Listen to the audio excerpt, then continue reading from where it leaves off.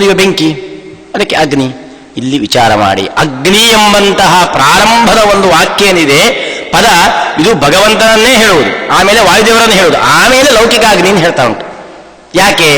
ಯೋಗಿಕವಾದಂತಹ ಅರ್ಥ ಮಾಡಿ ಅಗ್ನಿಗೆ, ಭಗವಂತ ಅಂತ ಗೊತ್ತಾಗ್ತದೆ. ಅಗ್ನಿ ಅಂದ್ರೆ ಏನು? ಅಗ್ನಿ ಗಚ್ಚತಿ ಇತಿ ಗಹ, ಚಲನೆ ಉಳ್ಳಂತಹ ವಸ್ತುವಿಗೆ ಗ ಅಂತ ಅರ್ಥ. ನ ಗಚ್ಚತಿ ಇತಿ ಅಗಹ, ಚಲನೆ ಇಲ್ಲದ ವಸ್ತುಗಳಿಗೆ ಅಗ ಅಂತ ಹೆಸರು. ಅಗಂ ನಯತಿ ಇತಿ ಅಗ್ನಿ, ಚಲನೆ ಇಲ್ಲದ ವಸ್ತುಗಳಿಗೆ ಚಲನೆಯನ್ನು ಬರುವ ಹಾಗೆ ಮಾಡುವವನೇ ಅಗ್ನಿ. ಹಾಗಾದರೆ ಯಾರು? ಇಡೀ ಪ್ರಪಂಚದ ಚಾಲಕ ಶಕ್ತಿ ಯಾರು? ಭಗವಂತ. ನಾವೆಲ್ಲ ಬೆದರು ಬೊಂಬೆ ಇದ್ದ ಹಾಗೆ, ತತ್ ಸೃಷ್ಟ ತದೇವ ಅನುಪ್ರವಿಶತ್, ನಮ್ಮನ್ನೆಲ್ಲ ಸೃಷ್ಟಿ ಮಾಡಿ ನಮ್ಮಲ್ಲಿ ಕ್ರಿಯೆ ಆಗಬೇಕಾದ್ರೆ ಭಗವಂತ ಪ್ರವೇಶ ಮಾಡಬೇಕು. ಪ್ರವೇಶ ಮಾಡಿದಾಗ ಮಾತ್ರ ನಮ್ಮಿಂದ ಕ್ರಿಯೆ ಆಗ್ತದೆ.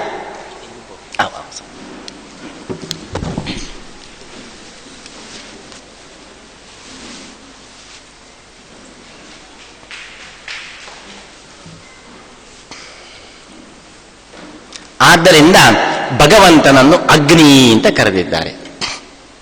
ಇನ್ನು ಅಗ್ರ್ಯತ್ವಾತ್, ರಮಣೀಯತ್ವಾತ್ ಅಗ್ನಿ, ಎಲ್ಲರಿಗೂ ಕೂಡ ಅಗ್ರ್ಯ, ಎಲ್ಲರಿಗೂ ಕೂಡ ನೇತಾರ. ಆದ್ದರಿಂದ ಅಗ್ನಿ ಯಾರು? ಭಗವಂತನೂ ಹೌದು, ವಾಯುದೇವರು ಹೌದು. ಅವರು ಅಗ್ರ್ಯತ್ವಾತ್, ಎಲ್ಲರಿಗೂ ನೇತಾರ. ಹೀಗೆ ವಾಯುದೇವರಿಗೂ ಭಗವಂತನಿಗೂ ಅಗ್ನಿ ಅಂತ ಹೇಳಿ, ಆಮೇಲೆ ಈ ಅಗ್ನಿ ಲೌಕಿಕ ಅಗ್ನಿ ನೋಡಿ, ಇದು ಕೂಡ ಅಗ್ನಿ. ಅಗಂ ನಯತಿ ಇತಿ ಅಗ್ನಿ. ಯಾಕೆ ಅಂದ್ರೆ ಈ ಅಗ್ನಿಯಲ್ಲಿ ಒಂದು ನೀರನ್ನು ಇಟ್ಟರೆ ಮೊದಲು ಆ ನೀರು ಚಲನೆ ಇಲ್ಲ, ಬೆಂಕಿಯ ಮೇಲೆ ನೀರಿಟ್ಟರೆ ಬೆಂಕಿ ಕುತ ಕೊದೀತು, ಆವಿಯಾಗಿ ಮೇಲೆ ಹೋಯ್ತು, ಚಲನೆ ಬಂತು.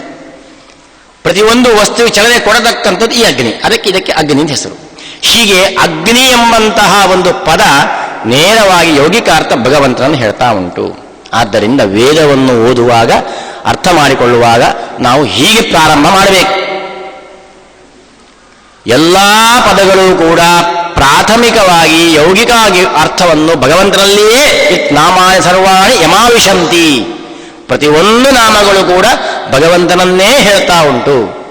ಆಮೇಲೆ ಆ ಪ್ರತಿಯೊಂದು ನಾಮಗಳು ಕೂಡ ಪ್ರಾಣದೇವರನ್ನು ಹೇಳ್ತಾ ಉಂಟು. ಆಮೇಲೆ ಆಯಾಯ ಪ್ರತಿಪಾದ್ಯ ದೇವತೆಗಳನ್ನು ಹೇಳ್ತಾ ಉಂಟು. ಹೀಗೆ ನಾವು ಅರ್ಥ ಮಾಡಿಕೊಳ್ಳಬೇಕು ವೇದವನ್ನು. ಆಗ ಮಾತ್ರ ನಾವು ತತ್ವಜ್ಞಾನವನ್ನು, ಯಥಾರ್ಥ ಜ್ಞಾನವನ್ನು ಪಡೆದುಕೊಳ್ಳಲಿಕ್ಕೆ ಸಾಧ್ಯ. ಇದು ವೇದವನ್ನು ಓದಿ ಅರ್ಥ ಮಾಡಿಕೊಳ್ಳತಕ್ಕಂತಹ ವಿಧಾನ. ಹಾಗೆ ರುದ್ರ ಸೂಕ್ತ ಇವತ್ತೆಲ್ಲ ಪ್ರಸಿದ್ಧವಾಗಿರತಕ್ಕಂಥದ್ದು. ನೀವು ಯಾವುದೇ ರುದ್ರ ದೇವಸ್ಥಾನಕ್ಕೆ ಹೋಗಿ ಅಲ್ಲಿ ರುದ್ರಾಭಿಷೇಕ ಅಂತ ಮಾಡಿದಾದ್ರೆ ರುದ್ರ ಸೂಕ್ತದಿಂದ ಓಂ ನಮೋ ಭಗವತೆ ರುದ್ರಾಯ ಅಂತ ಪ್ರಾರಂಭ ಮಾಡಿ ರುದ್ರನನ್ನು ಆರಾಧನೆ ಮಾಡ್ತಾರೆ. ಇದು ರುದ್ರ ಸೂಕ್ತದ ಒಂದು ವಿಶಿಷ್ಟತೆ. ಹೀಗೆ ಈ ರುದ್ರ ಸೂಕ್ತವನ್ನು ನಾವು ಓದುವಾಗ ಅಲ್ಲಿಯೂ ಕೂಡ ಯಾವ ರೀತಿಯಾಗಿ ಅರ್ಥವನ್ನು ಮಾಡಿಕೊಳ್ಳಬೇಕು ಇದನ್ನು ನಾವು ತಿಳ್ಕೊಳ್ಬೇಕು. ಯಾಕೆಂದರೆ ರುದ್ರ ಎಂಬತಕ್ಕಂತಹ ಪದ ಅದು ನಾನು ಆಗ ಹೇಳಿದ ಹಾಗೆ ಯೌಗಿಕವಾಗಿ ಅದು ಭಗವಂತನನ್ನೇ ಹೇಳತಕ್ಕಂಥದ್ದು. ರುದ್ರ ಸೂಕ್ತ ಎಂಬತಕ್ಕಂಥದ್ದು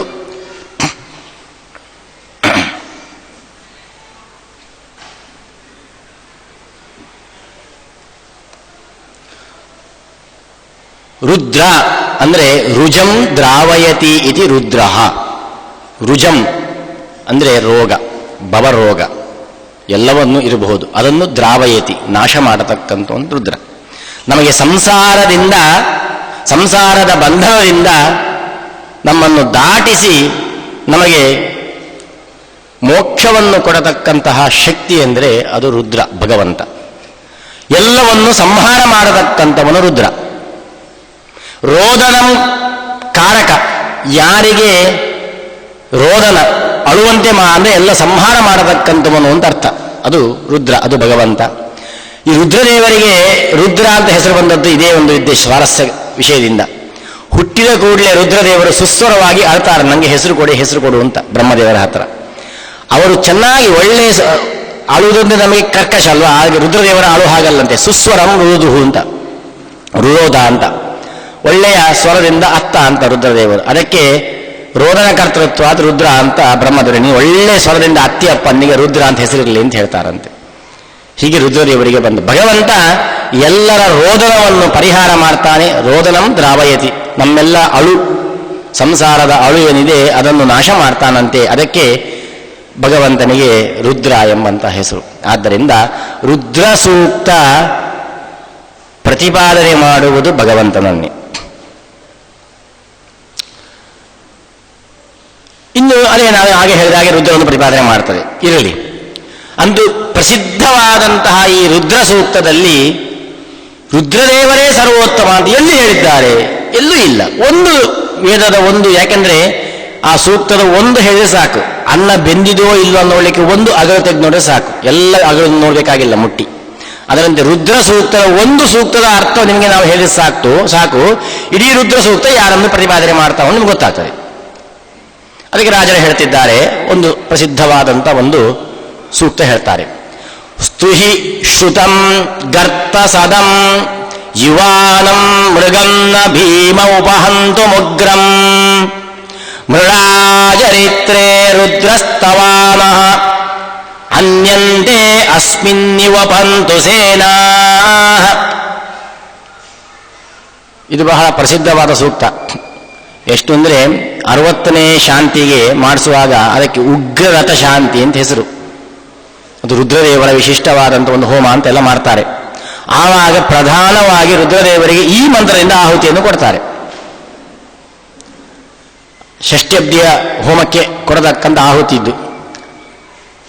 ಆಮೇಲೆ 70ನೇ ವರ್ಷಕ್ಕೂ ಕೂಡ ಭೀಮರತಿ ಅಂತ ಮಾಡ್ತಾರೆ. ಇಲ್ಲಿ ಉಗ್ರ ಅಂತ ಬರ್ತಾರೆ, ಉಗ್ರತಕ್ಕೂ ಕೊಡ್ತಾರೆ. ಭೀಮ ಎಂಬಂತ ಹೆಸರು ಬರ್ತಾರೆ, ಭೀಮನಾಮಕವಾಗಿ ರುದ್ರನಿಗೂ ಕೂಡ ಈ ಸೂಕ್ತದ ಆಹುತಿಯನ್ನು ಕೊಡ್ತಾರೆ. ಅಂದ್ರೆ ರುದ್ರದೇವರಿಗೆ ಮುಖ್ಯವಾಗಿ ಇದು ಸೂಕ್ತ ಅಂತ ತೀರ್ಮಾನ. ಹಾಗಾದರೆ ಈ ಸೂಕ್ತ ಏನು ಹೇಳ್ತಾ ಉಂಟು ನೋಡಿ. ಸ್ತುಹಿ, ಸ್ತೋತ್ರವನ್ನು ಮಾಡು. ಇದಕ್ಕೆ ಬೇರೆಯವರು ಯಾವ ರೀತಿಯ ಅರ್ಥ ಹೇಳ್ತಾರೆ ಅಂದರೆ, ಯಾವನೋ ಒಬ್ಬ ಭಕ್ತ ಏನಿದ್ದಾನೆ ಅವನಿಗೆ ರುದ್ರನನ್ನು ಸ್ತೋತ್ರ ಮಾಡುವಂತ ಆಜ್ಞೆ ಮಾಡ್ತಾ ಇದ್ದಾನೆ ಅಂತ ಕೆಲವರು ವ್ಯಾಖ್ಯಾನ ಮಾಡ್ತಾರೆ. ಸ್ತುಹಿ, ಹೇ ರುದ್ರನ ಭಕ್ತನೇ ಸ್ತುಹಿ, ಸ್ತೋತ್ರ ಮಾಡು. ಯಾರನ್ನು? ರುದ್ರನನ್ನು. ಸರಿ, ಒಪ್ಪುವ. ಉಳಿದಕ್ಕೆ ಹೇಗೆ ಅರ್ಥ ಮಾಡ್ತೀರಿ ನೀವು? ಯಾವ ರುದ್ರ? ಭೀಮಂ, ಎಂಥವನು? ಗರ್ತಸದಂ ಯುವಾನಂ ಮೃಗಂ ನ ಭೀಮಂ ಉಪಹಂತುಂ ಉಗ್ರಂ. ಇದಕ್ಕೆಲ್ಲ ನೀವು ನೇರವಾಗಿ ಅರ್ಥ ಮಾಡಬೇಕಾದ್ರೆ ನೀವು ಹೇಳಿದಾಗ ಅರ್ಥ ಮಾಡಲಿಕ್ಕೆ ಆಗುವುದಿಲ್ಲ. ರುದ್ರನನ್ನು ಸ್ತೋತ್ರ ಮಾಡುವಂತ ಈ ಸೂಕ್ತ ಹೇಳ್ತಿರುವುದಲ್ಲ, ರುದ್ರನಿಗೆ ಸ್ತೋತ್ರ ಮಾಡುವಂತ ಆಜ್ಞೆ ಮಾಡ್ತಿರೋದು ಈ ಸೂಕ್ತ. ಸ್ತುಹಿ, ವೇದ ಪುರುಷ ಆಜ್ಞೆ ಮಾಡ್ತಾ ಇದ್ದಾನಂತೆ ರುದ್ರನಿಗೆ. ಹೇ ರುದ್ರ, ಸ್ತೋತ್ರ ಮಾಡು. ಯಾರನ್ನು? ನಿನ್ನ ಸ್ತುಹಿ ಶ್ರುತಂ, ವೇದದಿಂದ ಪ್ರಸಿದ್ಧನಾದಂತಹ ಭಗವಂತನನ್ನು. ಎಂಥವನವನು? ಗರ್ತಸದಂ, ನಿನ್ನ ಹೃದಯ ಎಂಬಂತಹ ಗುಹೆಯಲ್ಲಿ ವಾಸ ಮಾಡಿರತಕ್ಕಂತಹ ನರಸಿಂಹನನ್ನು.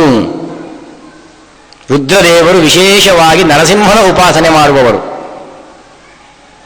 ಆದ್ದರಿಂದ ಗರ್ತಸದಂ, ಗರ್ತ ಅಂದ್ರೆ ಹೃದಯ ಗುಹೆ, ಗುಹೆ ಅಂತ ಅರ್ಥ. ಗರ್ತ ಅಂದ್ರೆ ಸದಂ ಅಂದ್ರೆ ಕುಳಿದಿರತಕ್ಕಂಥವನು ಅಂತ ಅರ್ಥ. ಹಾಗಾದರೆ ಹೇ ರುದ್ರ, ನಿನ್ನ ಹೃದಯದ ಗುಹೆಯಲ್ಲಿ ಕುಳಿತಂತಹ ಭಗವಂತನನ್ನು ಸ್ತುಹಿ. ಎಂಥವನವನು? ಯುವಾನಂ, ಸದಾಕಾಲ ಅವನಿಗೆ ವೃದ್ಧಾಪ್ಯ, ಜರ, ಬಾಲ್ಯ, ಕೌಮಾರ್ಯ ಈ ರೀತಿ ಇಲ್ಲ, ಸದಾಕಾಲ ಯುವಕವನು. ಯುವಾನಂ, 16 ವರ್ಷದ ಯುವಕ ಅಂದರೆ ಸದಾ ಶಕ್ತಿಶಾಲಿ ಅಂತ, ಸದಾ ಫಳ ಹೊಳೆಯುವಂತಹ ರೂಪ ಅಂತ. ಯುವಾನಂ. ಮೃಗಂ ನ ಅಂತ ಹೇಳಿದ್ರೆ ನಿಮಗೆಲ್ಲ ಪ್ರಸಿದ್ಧವಾದ ಅರ್ಥ ಸಂಸ್ಕೃತದಲ್ಲಿ ಅಲ್ಲ ಅಂತ. ಆದರೆ ರಾಜರು ಹೇಳ್ತಾರೆ, ನ ಎಂಬತಕ್ಕಂತಹ ಪದಕ್ಕೆ ವಿಶಿಷ್ಟವಾಗಿರತಕ್ಕಂತಹ ಅರ್ಥ ಸಂಸ್ಕೃತದಲ್ಲಿ ಉಂಟು. ಅಂದರೆ ಆ ಮೃಗಂ ನ ಅಂದ್ರೆ ಸಿಂಹವದ್ ಭೀಮಂ ದ್ವಿಷಜ್ಜನ ಭಯಂಕರಂ ಉಪವಾರ್ತಂ ಚ ನೇತ್ಯೇತತ್ ಪದಂ ಆಹು ವೈದಿಕಾಹ. ವೈದಿಕ ಪ್ರಯೋಗ ಹೀಗೆ ಉಂಟಂತೆ. ತುಂಬ ಕಡೆಯಲ್ಲಿ ವೈದಿಕ ಪ್ರಯೋಗದಲ್ಲಿ ನ ಎಂಬತಕ್ಕಂತಹ ಪದಕ್ಕೆ ಸದೃಶ ಅಂತ ಅರ್ಥ ಮಾಡ್ತಾರಂತೆ, ಅವನಂತೆ. ಇದು ವೈದಿಕದಲ್ಲಿ ಬೇಕಾದಷ್ಟು ಕಡೆಯಲ್ಲಿ ಉಂಟು ಅಂತ ಹೇಳ್ತಾರೆ ರಾಜರು. ಅದರಿಂದ ಮೃಗಂನ ಅಂತ ಹೇಳಿದ್ರೆ ಸಿಂಹವಲ್ಲ ಅಂತ ಅರ್ಥ ಅಲ್ಲ, ಸಿಂಹದಂತೆ, ಸಿಂಹದಂತೆ ಮುಖವುಳ್ಳಂತಹ ಭಗವಂತ ಅಂದ್ರೆ ನರಸಿಂಹ ಅಂತ ಅರ್ಥ. ಅಂತಹ ಮೃಗಂನ. ಮತ್ತೆ ಎಂತವನು? ಭೀಮಂ ಅಂದ್ರೆ ಯಾರು ದುಷ್ಟರಿದ್ದಾರೋ ದೈತ್ಯರಿದ್ದಾರೋ ಅವರಿಗೆ ಸದಾಕಾಲ ಭಯಂಕರನಾದವನು, ಭಯವನ್ನು ಕೊಡತಕ್ಕಂಥವನು, ದ್ವೇಷಿ ಜನರಿಗೆ ಸದಾಕಾಲ ಹೆದರಿಸುವವನು, ಅವನಿಗೆ ಭೀಮ ಅಂತ. ಅದಕ್ಕೆ ಭೀಮಸೇನರಿಗೆ ಭೀಮ ಅಂತ ಹೆಸರಂತೆ. ಸಜ್ಜನರಿಗೆ ಮಾ ಭೀಹಿ ಅಂತ ಹೇಳ್ತಿದ್ರಂತೆ, ಯಾರು ಹೆದರಬೇಡಿ ಅಂತ. ದ್ವೇಷಿಸುವವರಿಗೆ ಸದಾಕಾಲ ಹೆದರಿಕೆಯನ್ನೇ ಕೊಡ್ತಾ ಇದ್ರಂತೆ, ಅದಕ್ಕೆ ಭೀಮ ಅಂತ. ನರಸಿಂಹದೇವರು ಕೂಡ ಭೀಮ. ಅದಕ್ಕೆ ನರಸಿಂಹದೇವರ ವಿಶಿಷ್ಟವಾದ ಸೂಕ್ತ ಮನ್ಯು ಸೂಕ್ತ, ಅದಕ್ಕೆ ದೃಷ್ಟಾರ ಒಬ್ಬರು ಭೀಮಸೇನದೇವರು ಕೂಡ, ಅವರು ಒಂದು ಋಷಿಯೇ. ಆ ದುರ್ಯೋಧನನ ದುಶ್ಯಾಸನನ ಹೊಟ್ಟೆಯನ್ನು ಬಗೆದ ಮೇಲೆ ನರಸಿಂಹದೇವರ ನೆನೆಸಿಕೊಂಡು ಮನ್ಯು ಸೂಕ್ತವನ್ನು ಹೇಳಿಕೊಳ್ತಾರೆ ಅಂತ. ಯಾಕೆಂದರೆ ಭೀಮಂ ಅವರು ಕೂಡ ಹಾಗೆ, ಆ ನರಸಿಂಹನ ಉಪಾಸನೆಯಿಂದ ಅವರು ಭೀಮರಾಗಿದ್ದರು. ಹೀಗೆ ಭೀಮಂ ಭಯಂಕರವಾದಂತಹ ರೂಪವುಳ್ಳ, ಅಂದರೆ ಯಾರಿಗೆ? ಶತ್ರುಗಳಿಗೆ ಭಯವನ್ನು ಕೊಡತಕ್ಕಂತಹ ರೂಪವುಳ್ಳಂತಹ. ಇನ್ನು ಸ್ತುಹಿ ಶ್ರುತಂ ಗರ್ತಸದಂ ಯುವಾನಂ ಮೃಗಂ ನ ಭೀಮಂ ಉಪಹಂತುಂ ಉಗ್ರಂ. ಉಪ ಅಂತ ಹೇಳಿದ್ರೆ ಅದು ತನ್ನ ಪಕ್ಕದಲ್ಲಿ, ಉಪ ಅಂದರೆ ಹತ್ತಿರ ಅಂತ ಅರ್ಥ ಉಂಟು. ಒಂದು ತನ್ನ ಪಕ್ಕದಲ್ಲಿ ಇರತಕ್ಕಂಥ ತನ್ನ ಭಕ್ತನಾದಂತಹ ಪ್ರಹ್ಲಾದ, ಅವನಿಗೆ ಉಪದ್ರವವನ್ನು ಕೊಡತಕ್ಕಂಥವನು. ಯಾರು ಪ್ರಹ್ಲಾದನಿಗೆ ಉಪದ್ರವವನ್ನು ಕೊಡ್ತಾ ಹಿರಣ್ಯಕಶಿಪು, ಅವನನ್ನು ಹಂತುಂ ಕೊಲ್ಲಲು ಉದ್ಯುಕ್ತನಾದವ, ಅಂದರೆ ಅವನನ್ನು ಕೊಲ್ಲವನು ಅಂತ ಅರ್ಥ ಅಂತೆ. ಅಂತಹ ಸಂಹಾರ ಮಾಡತಕ್ಕಂತಹ ಸ್ವಭಾವವುಳ್ಳವನು ಇವನು ಭಗವಂತ. ಯಾರು ಭಕ್ತರಿಗೆ ಉಪದ್ರವ ಕೊಡ್ತಾರೋ ಅವರನ್ನು ಸದಾಕಾಲ ಸಂಹಾರ ಮಾಡ್ತಾನಂತೆ. ನಮೇ ಭಕ್ತ ಪ್ರಣಶ್ಯತಿ, ಭಕ್ತರು ಯಾವತ್ತೂ ನಾಶನಾಗಬಾರದು, ಭಕ್ತರಿಗೆ ಯಾವತ್ತು ತೊಂದರೆ ಬರಬಾರದು. ತನ್ನ ಭಕ್ತರ ಒಂದು ಕೂದಲು ಕೂಡ ಆಚೀಚೆ ಹಾಗೆ ಭಗವಂತ ಬಿಡುವುದಿಲ್ಲ ಅಂತೆ. ಅಷ್ಟು ಕಣ್ಣಲ್ಲಿ ಕಣ್ಣಿಟ್ಟು ಭಗವಂತ ಕಾಯ್ತಾನಂತೆ ಭಕ್ತನನ್ನು. ಪ್ರಹ್ಲಾದ, ನಿಮಗೆ ಭಾಗವತದಲ್ಲಿ ನರಸಿಂಹನ ಅವತಾರ ಬಂದಿರಬಹುದು, ವಿಷ್ಣು ಪುರಾಣದಲ್ಲಿ ಬಹಳ ಸುಂದರವಾಗಿ ಬರ್ತದೆ ಪ್ರಹ್ಲಾದನ ಕಥೆ. ಹೇಗೆ ಅಂದರೆ ಭಗವಂತ ಅವನನ್ನು ಎಂತಹ ಅವನನ್ನು ರಕ್ಷಣೆ ಮಾಡ್ತಾನೆ ಅಂದರೆ, ಒಂದು ಸಮುದ್ರಕ್ಕೆ ಕಟ್ಟಿ ಅವನನ್ನು, ಪ್ರಹ್ಲಾದನನ್ನು ಕೈಕಾಲು ಕಟ್ಟಿ ಅವನನ್ನು ನೂಕಿ ಬಿಡ್ತಾನಂತೆ ಹಿರಣ್ಯಕಶಿಪು. ಅವನು ಮೂರ್ಛೆ ತಪ್ಪಿ ಸಮುದ್ರ ಒಳಗೆ ಹೋಗಿಬಿಡ್ತಾನೆ, ಒಳಗೆ ಹೋಗಿ ಒಂದು ಪಾತಾಳಕ್ಕೆ ಹೋಗಿಬಿಡ್ತಾನೆ ಒಳಗೆ. ಎಚ್ಚರ ಆಗಬೇಕಾದ್ರೆ ಒಂದು ಮೃದುವಾದ ಕೈ ಅವನನ್ನು ನಿವೇರಿಸ್ತಾ ಉಂಟಂತೆ, ಸಮಾಧಾನ ಮಾಡ್ತಾ ಉಂಟಂತೆ. ನೋಡಿದರೆ ಭಗವಂತ ಲಕ್ಷ್ಮೀನಾರಾಯಣನಾಗಿ ಬಂದು ತನ್ನ ತೊಡೆಯಲ್ಲಿ ಅವನನ್ನು ಮಲಗಿಸಿಕೊಂಡು ಅವನನ್ನು ನೆರವೇರಿಸ್ತಾ ಇದ್ದಾನಂತೆ. ಮಗು ಅಳಬೇಡ, ನೋವಾಯ್ತಾ ನಿಂಗೆ? ಎಲ್ಲಾರ್ಥ ಆಗಿದೆ ನಿನಗೆ? ನೋವಾಗ್ತಾ ಉಂಟಾ ಹೇಳು, ನಾನು ಅದನ್ನೆಲ್ಲ ಸರಿ ಮಾಡ್ತೇನೆ. ಕೈ ನೋವಾಗ್ತಾ ಉಂಟಾ? ಕೈ ಒತ್ತಬೇಕಾ, ಕಾಲು ಒತ್ತಬೇಕಾ, ಏನಾಗಿದೆ ಹೇಳು ನಿನಗೆ ಅಂತ ಭಗವಂತ ಪ್ರಹ್ಲಾದನನ್ನು ಸಮಾಧಾನ ಮಾಡ್ತಿರ್ತಾನಂತೆ. ಅದು ನೋಡಿ ಪ್ರಹ್ಲಾದನ ಕಣ್ಣಲ್ಲಿ ನೀರು ಬರ್ತದಂತೆ. ದೇವರೇ, ಏನು ಅನುಗ್ರಹ ಮಾಡ್ತಿದ್ದಿ ಅಂತ, ನಿನಗೆ ಇಷ್ಟೇ ಅಲ್ಲ, ಇನ್ನೂ ನಾನು ಮುಂದೆ ಬರ್ತೇನೆ ನೋಡಿ ನಿನಗೆ ಅನುಗ್ರಹ ಮಾಡಲಿಕ್ಕೆ ಅಂತ ಹೇಳಿ ಕಳಿಸ್ತಾನಂತೆ. ಇದು ವಿಷ್ಣು ಪುರಾಣದಲ್ಲಿ ಬರತಕ್ಕಂಥ ಕತೆ. ಅಂದರೆ ಭಗವಂತ ತಾಯಿಯಂತೆ, ತಂದೆಯಂತೆ, ಮಗನಂತೆ, ಗಂಡನಂತೆ, ಹೆಂಡತಿಯಂತೆ ಎಲ್ಲವೂ ಅವನೇ. ಹಾಗೆ ಎಲ್ಲಾ ರೂಪಿಯಾಗಿದ್ದುಕೊಂಡು ನಮ್ಮನ್ನು ರಕ್ಷಣೆ ಮಾಡ್ತಾ ಇರ್ತಾನೆ ಭಗವಂತ. ಆದ್ದರಿಂದ ನಾವು ಪ್ರಹ್ಲಾದನನ್ನು ನೋಡಿ ಕಲಿಬೇಕಂತೆ, ನಾವು ಹೇಗೆ ಭಗವಂತನನ್ನು ಭಕ್ತಿ ಮಾಡಬೇಕು ಅಂತ.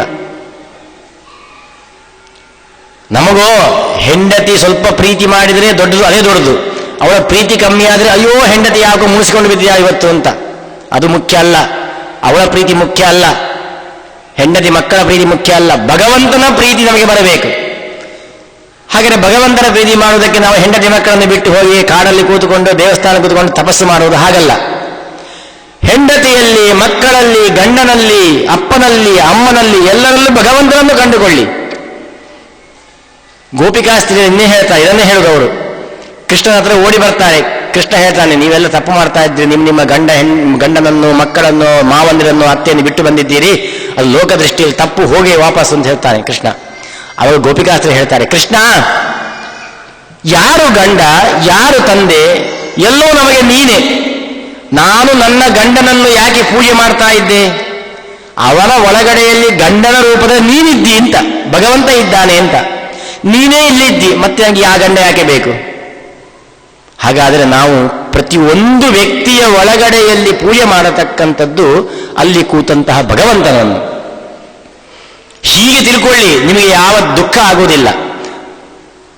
ಒಬ್ಬ ದುಷ್ಟ ಗಂಡ ಹೆಂಡತಿಗೆ ಹೊಡಿತಾ ಇದ್ದಾಗ ಅಯ್ಯೋ ಏನು ಮಾಡುವುದು, ಗಂಡ ಹೊಡಿತಾನೆ, ಸರಿ ಅದು ನಿಮ್ಮ ಏನೋ ಪ್ರಾರಬ್ಧ ಕರ್ಮ ಹಾಗೆ ಅಂತ ಗಂಡನ ಸೇವೆ ಮಾಡಿದಲ್ಲ ನೀವು. ಆ ವ್ಯಕ್ತಿ ಅವನು ನಿಮಗೆ ಹೊಡೆದಕ್ಕೆ ಅನುಭವಿಸ್ತಾನೆ ಮುಂದಕ್ಕೆ, ಅವನು ಮಾಡಿದ ಪಾಪಕ್ಕೆ.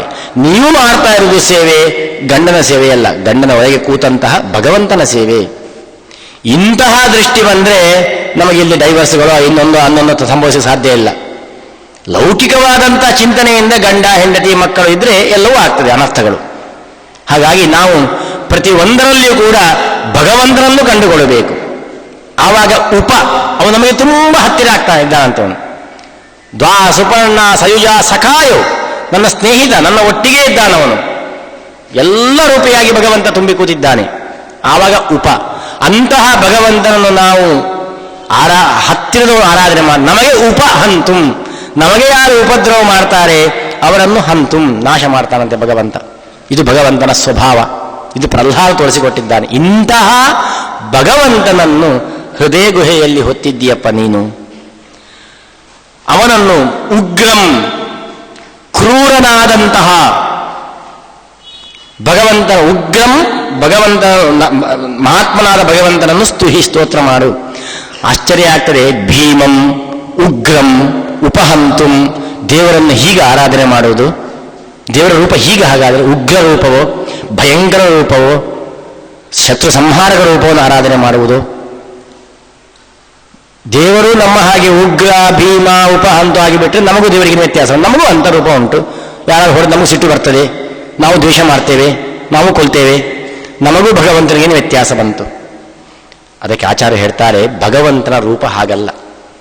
ಭಗವಂತ ಉಗ್ರನಾದ, ಭಗವಂತ ಭೀಮನಾದ, ಶತ್ರುಗಳನ್ನು ಸಂಹಾರ ಮಾಡಿದ ಅಂದರೆ ಅದು ಭಗವಂತನ ದೋಷ ಅಲ್ಲ, ಅದು ಗುಣ.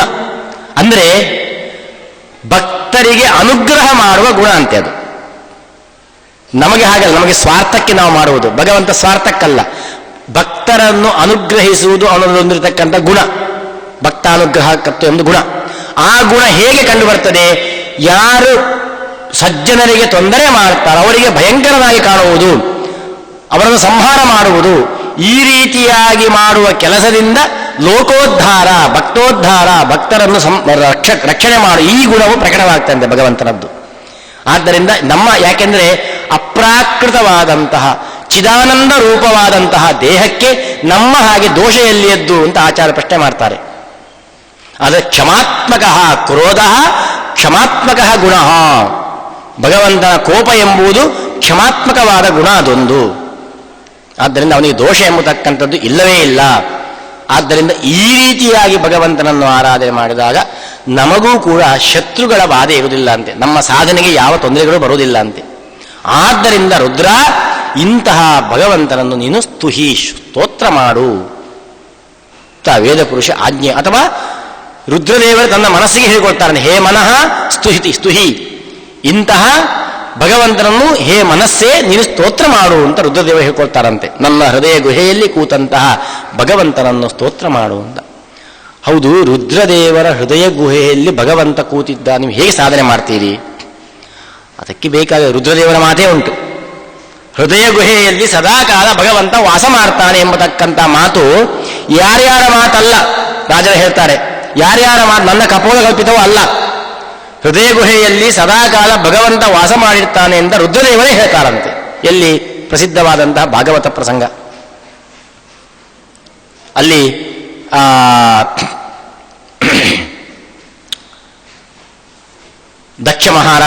ದಕ್ಷ ಪ್ರಜಾಪತಿ ರುದ್ರದೇವರು ತಾನು ದಕ್ಷ ಬಂದಾಗ ಎದ್ದು ನಿಂತಿಲ್ಲ ಎಂಬ ದೃಷ್ಟಿಯಿಂದ ನನಗೆ ಅವಮಾನ ಮಾಡಿದ ರುದ್ರದೇವ ಅಂತ ಶಾಪ ಕೊಟ್ಟು ಹೋಗ್ತಾನೆ. ಆಮೇಲೆ ರುದ್ರದೇವರಿಗೆ ಅವಮಾನ ಮಾಡಲಿಕ್ಕೊಂದು ಯಾಗ ಮಾಡ್ತಾನೆ. ಅಲ್ಲಿ ರುದ್ರದೇವರಿಗೆ ಆಹ್ವಾನ ಇಲ್ಲ.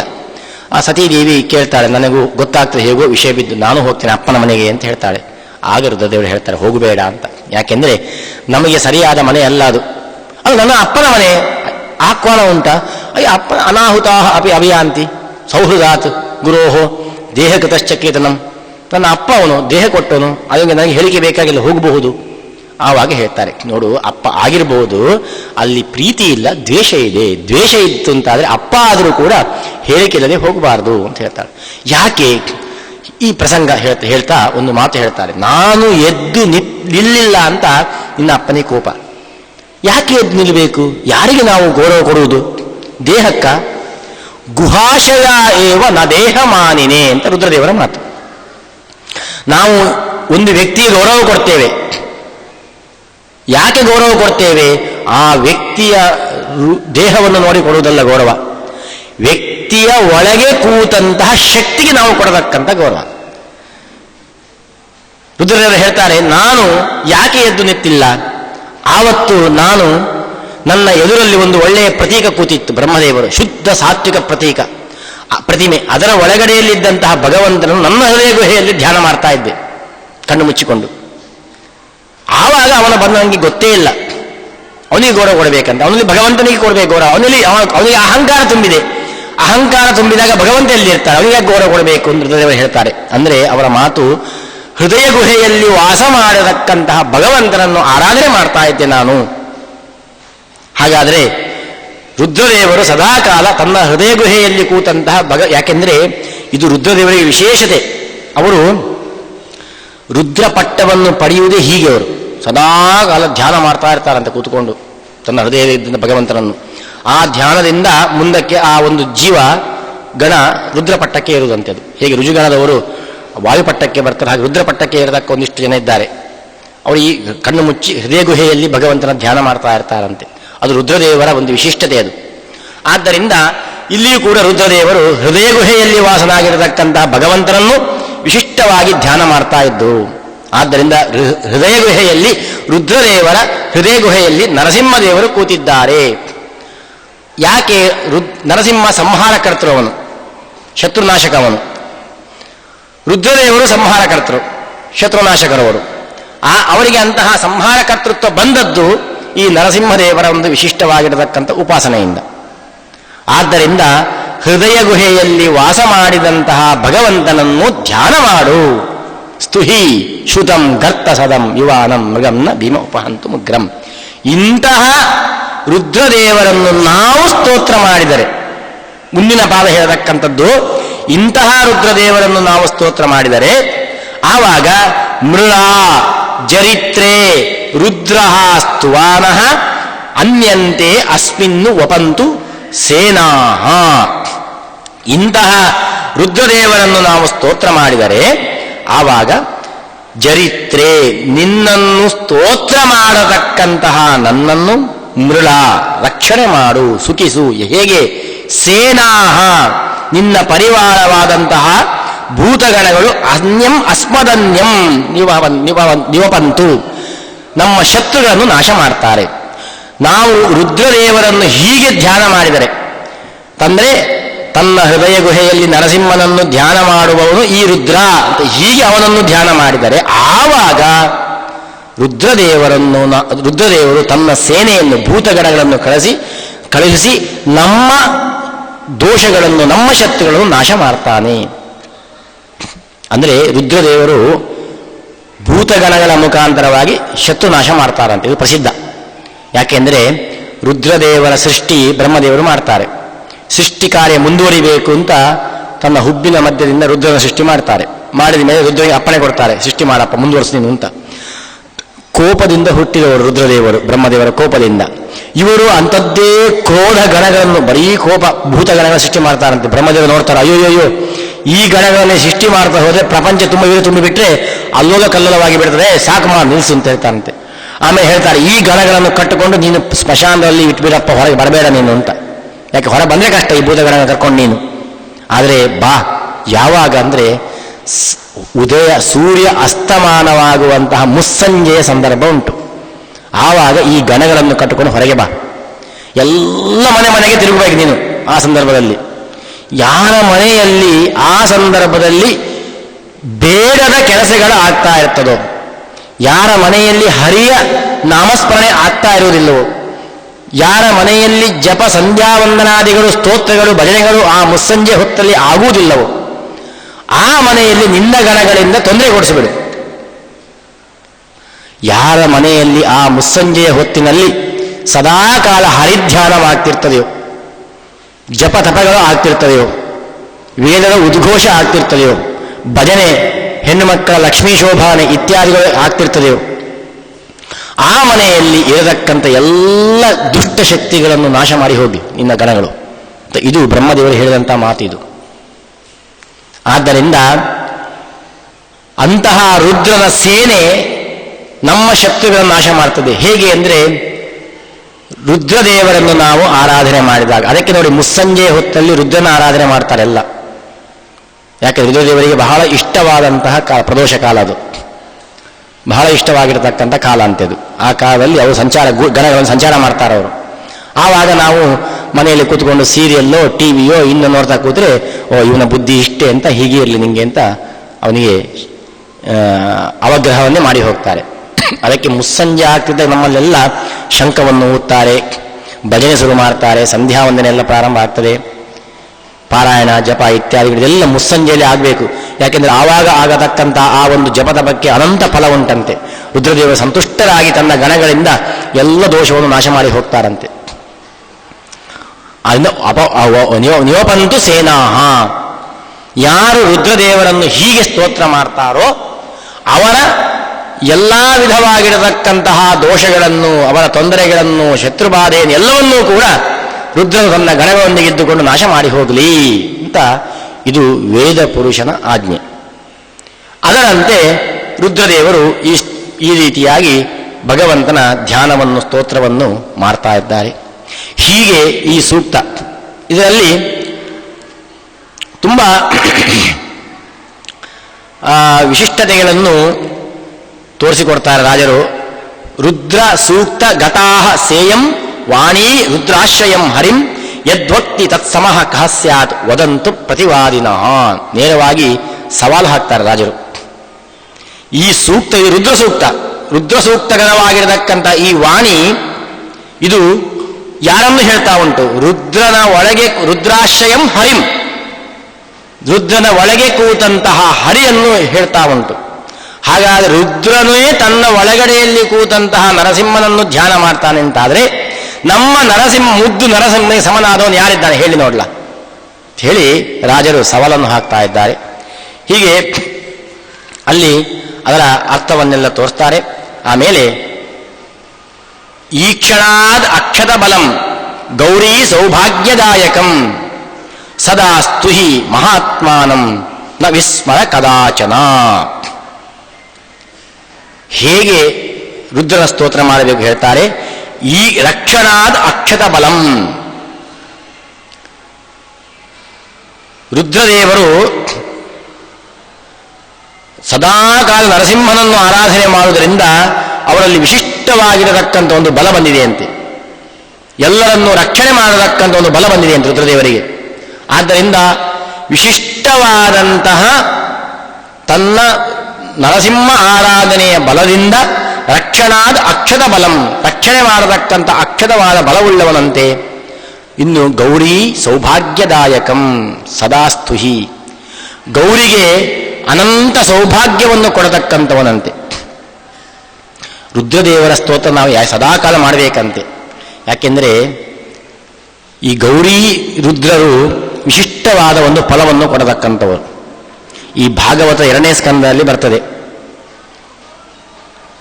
ಭಗವಂತ ಒಬ್ಬೊಬ್ಬರಿಗೆ ಒಂದೊಂದು ಕೆಲಸ ಹಂಚಿದಾನಂತೆ. ರಾಷ್ಟ್ರಕಾಮಃ ವಸೂನ್, ರಾಷ್ಟ್ರ ಬೇಕಾದರೆ ವಸುವನ್ನು ಆರಾಧನೆ, ಆರೋಗ್ಯಕ್ಕೆ ಅಶ್ವಿನಿ ದೇವತೆಗಳ ಆರಾಧನೆ, ಹೀಗೆ ಒಂದೊಂದು ಹೇಳ್ತಾ ಬರ್ತಾನೆ ಅಲ್ಲಿ ಭಾಗವತದಲ್ಲಿ. ಕೊನೆ ಒಂದು ಮಾತು ಹೇಳ್ತಾರೆ, ದಾಂಪತ್ಯಾರ್ಥಂ ಉಮಾಂ ಸತೀಂ, ಒಳ್ಳೆಯ ದಾಂಪತ್ಯ ಬೇಕು ಅಂತಾದರೆ ಗೌರಿ ರುದ್ರರ ಆರಾಧನೆ ಮಾಡಿ. ಒಳ್ಳೆಯ ದಾಂಪತ್ಯವನ್ನು ಕೊಡತಕ್ಕಂಥ ದೇವತೆ ಅಂತೆ ಗೌರಿ. ಅದಕ್ಕೆ ಗೌರಿ ಪೂಜೆಯನ್ನು ಮಾಡ್ತಾರೆ ಮದುವೆಯ ಸಂದರ್ಭದಲ್ಲೆಲ್ಲ. ಮುತ್ತೈದೆಯರು ತಮ್ಮ ಒಳ್ಳೆಯ ಮುತ್ತೈದೆನಗೋಸ್ಕರವಾಗಿ ಗೌರಿ ಪೂಜೆ ಮಾಡತಕ್ಕಂಥದ್ದುಂಟು.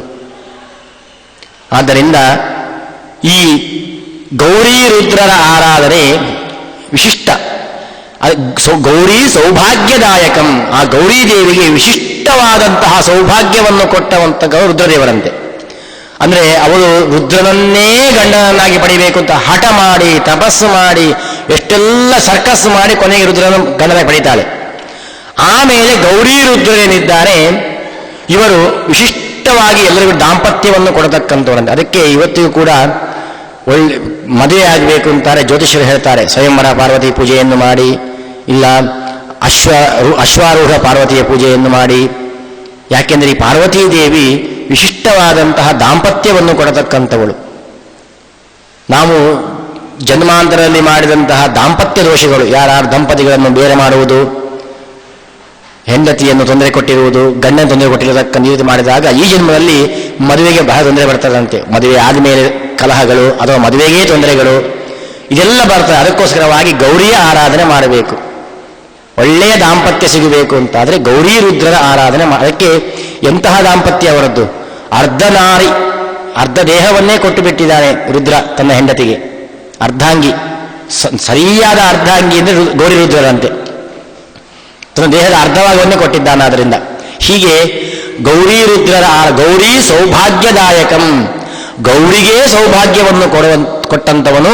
ಅಂತಹ ಗೌರಿಯ ಪತಿಯನ್ನು ಆರಾಧನೆ ಮಾಡಿದರೆ ನಮಗೂ ಒಳ್ಳೆಯ ಸೌಭಾಗ್ಯ ಸೌಮಾಂಗಲ್ಯಾದಿಗಳು ಪ್ರಾಪ್ತಿಯಾಗ್ತದೆ ಅಂತ ತೋರಿಸಿಕೊಡ್ತಾ ರಾಜರು. ಅಂತಹ ಸದಾಸ್ತುಹಿ ಮಹಾತ್ಮಾನಂ, ಅಂತಹ ಮಹಾತ್ಮ ರುದ್ರದೇವ ಸಾಧಾರಣ ಅಲ್ಲ, ಅಂತಹ ರುದ್ರದೇವನನ್ನು ಸದಾಸ್ತುಹಿ ನಾವು ವಿಸ್ಮರ ಕದಾಚನ, ಯಾವತ್ತೂ ಕೂಡ ರುದ್ರನನ್ನು ಮರೆಯಬೇಡ. ಅವನನ್ನು ಮರೆತರೆ ಭಗವಂತನನ್ನೇ ಮರೆತ ಹಾಗೆ. ಯಾಕೆಂದರೆ ದಕ್ಷ ಪ್ರಜಾಪತಿ ಯಾಗವನ್ನು ಮಾಡಿದ, ಅವನ ಯಾಗಕ್ಕೆ ಬೆಲೆನೇ ಇರಲಿಲ್ಲ ನೋಡಿ. ನಾವು ಯಜ್ಞವನ್ನು ಮಾಡುವ ಎಚ್ಚರಿಕೆ ಬೇಕು ತುಂಬ. ಯಾಕೆ ಅಂದರೆ ಪುರೋಹಿತರಿಗೆ ಬಿಟ್ಟು ಬಿಡ್ತೇವೆ, ಬೇಕಾದ್ರೆ ಮಾಡಲಿ ಅವನು, ಯಾಕೆ ನಾವು ದಕ್ಷಿಣೆ ಕೊಡ್ತೇನಲ್ಲ, ಅವನಿಗೆ ಕೊಡ್ತೇನೆ ಬಿಸಾಕ್ತೇನೆ ದುಡ್ಡು ಅಂತ. ಹಾಗೆ ನೀವು ಹೋಮ ಮಾಡಿಸಬಾರದು. ಪುರೋಹಿತನು ಕೂಡ ದಕ್ಷಿಣೆಗೋಸ್ಕರ ಹೋಮವನ್ನು ಮಾಡಬಾರದು. ಯಜಮಾನ ದಕ್ಷಿಣೆ ಕೊಡ್ತೇನೆ ಅಹಂಕಾರದಿಂದ ಮಾಡಬಾರದು. ಯಾಕೆಂದರೆ ಯಾಗವನ್ನು ಮಾಡೋ ಬಹಳ ಯಜಮಾನನಿಗೂ ಶುದ್ಧತೆ ಬೇಕು, ಪುರೋಹಿತನ ಶುದ್ಧತೆ ಬೇಕು. ಯಜಮಾನನ ಮನಸ್ಸು ಹಾಳಾಗಿದ್ರೆ ಅಲ್ಲಿ ಎಷ್ಟೇ ಒಳ್ಳೆಯ ಪುರೋಹಿತನಾಗಿರಲಿ ಅವನು ಹಾಳಾಗಿಬಿಡ್ತಾನಂತಲ್ಲಿ. ಯಜಮಾನ ಬಹಳ ಎಚ್ಚರಿಕೆ ಬೇಕಂತೆ. ನೋಡಿ, ದಕ್ಷಿಣ ಯಜ್ಞದಲ್ಲಿ ಯಾರು ಪುರೋಹಿತ? ಭೃಗು, ಎಂತಹ ಮಹಾತ್ಮ. ಆ ದಕ್ಷನಿಗೆ ಕೆಟ್ಟ ಬುದ್ಧಿ, ದುಷ್ಟ ಬುದ್ಧಿ ಇತ್ತು ಅವತ್ತು. ಆ ಯಾಗ ಮಾಡುವಾಗ ರುದ್ರನಿಗೆ ಅವಮಾನ ಮಾಡಬೇಕು ಅಂತ ಅವನೊಟ್ಟಿಗೆ ಭೃಗು ಸೇರ್ಕೊಂಡ್ಬಿಟ್ಟ. ಅಂಥದ್ದು ಅದು ಯಜ್ಞವೇ ಅಲ್ಲ. ಯಾಕೆ? ಅಲ್ಲಿ ವಿಷ್ಣು ಭಕ್ತರ ದ್ವೇಷ ಆಗ್ತಿತ್ತಲ್ಲಿ. ಅಲ್ಲಿಗೆ ಬ್ರಹ್ಮದೇವರು ಬಂದಿರಲಿಲ್ಲಂತೆ, ಭಗವಂತನು ಬಂದಿರಲಿಲ್ಲ ಆ ಯಜ್ಞಕ್ಕೆ. ಭಗವಂತನಿಗೆ ಸಮ್ಮತಿ ಇರಲಿಲ್ಲ ಆ ಯಜ್ಞಕ್ಕೆ. ಯಾಕೆ? ವಿಷ್ಣು ಭಕ್ತನಾದ ರುದ್ರ ದ್ವೇಷ ಆಗ್ತಿತ್ತಲ್ಲಿ. ಅದಕ್ಕೆ ರುದ್ರಗಣಗಳು ಬಂದು ಆ ಯಜ್ಞದ ಕುಂಡಕ್ಕೆ ಮೂತ್ರವನ್ನು ಮಾಡಿದ್ರು, ನೀರನ್ನು ಹಾಕಿದ್ರು, ನಾಶ. ಯಾಕಂದ್ರೆ ಯಜ್ಞವೇ ಅಲ್ಲ ಅದು.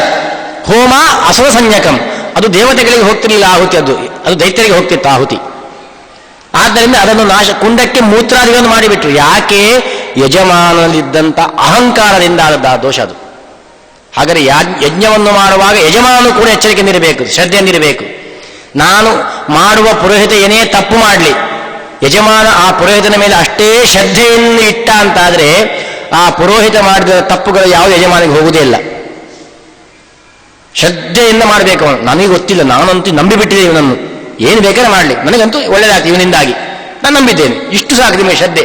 ಆ ಪುರೋಹಿತ ಒಳ್ಳೇದು ಮಾಡ್ತಾ ಬಿಟ್ಟು ಅದು ಅವನಿಗೆ ಬಿಟ್ಟದ್ದು. ನೀವು ಆ ಶ್ರದ್ಧೆಯಿಂದ ದಕ್ಷಿಣೆ ಕೊಡಿ, ಆವಾಗ ನಿಮಗೆ ಶ್ರೇಯಸ್ಸಾಗ್ತದೆ. ಆ ಶ್ರದ್ಧೆ ಇಲ್ಲ ಅಂತಾದರೆ ಈ ದಕ್ಷಾಧ್ವರದ ಪ್ರಸಂಗದಂತೆ. ಆದ್ದರಿಂದ ರುದ್ರದೇವರು ಏನಿದ್ದಾರೆ ಅವರನ್ನು ಯಾವತ್ತೂ ಕೂಡ ಕಡೆಗಣಿಸಬೇಡಿ. ಮಹಾವಿಷ್ಣು ಮಹಾತ್ಮನ ಮಹಾನ್ ಆತ್ಮ ಯಾವಾಗ ಆಗ್ತಾನೆ? ವಿಶಿಷ್ಟವಾಗಿ ವಾಯುದೇವರ ಅನುಗ್ರಹ, ಭಗವಂತ ಅನುಗ್ರಹ ಇದ್ದಾಗ ಮಾತ್ರ ಮಹಾತ್ಮನಾಗ್ತಾನಂತೆ ಅವನು. ಆದ್ದರಿಂದ ರುದ್ರದೇವರು ಅಂತಹ ವಿಶಿಷ್ಟವಾದ ಮುಖ್ಯ ಪ್ರಾಣ ಮತ್ತೆ ಭಗವಂತ ಅನುಗ್ರಹವುಳ್ಳವರಂತೆ ಅವರು. ಆದರೆ ಅಂತಹ ಮಹಾತ್ಮನ ಅವಮಾನ ಆಯಿತು ಅಂತಾದರೆ ಅದು ಆಸುರಿಕವಾಗಿ ಬಿಡುತ್ತದೆ. ಅದಕ್ಕೆ ದಕ್ಷಾಧ್ವರವೇ ಪ್ರಸಂಗ, ನಿದರ್ಶನ. ರುದ್ರದೇವರ ಅವಮಾನವಾದ್ದರಿಂದ ಪ್ರಸಿದ್ಧನಾದಂತಹ ಸದ್ಗುಣ ಸಂಪನ್ನನಾಗಿರ್ತಕ್ಕಂಥ ಭೃಗು ಕೂಡ ಹಾಳಾಗಿ ಹೋದ ಅಂತ ಹೇಳ್ತಾರೆ. ಆದ್ದರಿಂದ ಅಂತಹ ರುದ್ರದೇವರಿಗೆ ಯಾವ ಕಾಲದಲ್ಲಿ ಅವಮಾನ ಮಾಡಬೇಡಿ, ಅವನನ್ನು ಸ್ತೋತ್ರ ಮಾಡಿ ಅಂತ ರಾಜರು ಹೀಗೆ ಹೇಳ್ತಾರೆ. ಹೀಗೆ ಇಂತಹ ನರಸಿಂಹನ ವಿಶಿಷ್ಟವಾಗಿರತಕ್ಕಂತಹ ಸ್ತೋತ್ರವನ್ನು ಮಾಡುವ ರುದ್ರದೇವರ ಮಹಿಮೆಯನ್ನು ಹೇಳ್ತಾ ಇದ್ದಾರೆ ಎಂಬಲ್ಲಿಗೆ ಇವತ್ತು ನಾಳೆ ಮುದ್ದೆ ಇದರ ಬಗ್ಗೆ ನಾವು ತಿಳ್ಕೊಳ್ಳೋಣ ಅಂತ ಹೇಳ್ತಾ ಮುಗಿಸ್ತಾ ಇದ್ದೇನೆ. ಶ್ರೀಕೃಷ್ಣಾರ್ಪಣಮಸ್ತು.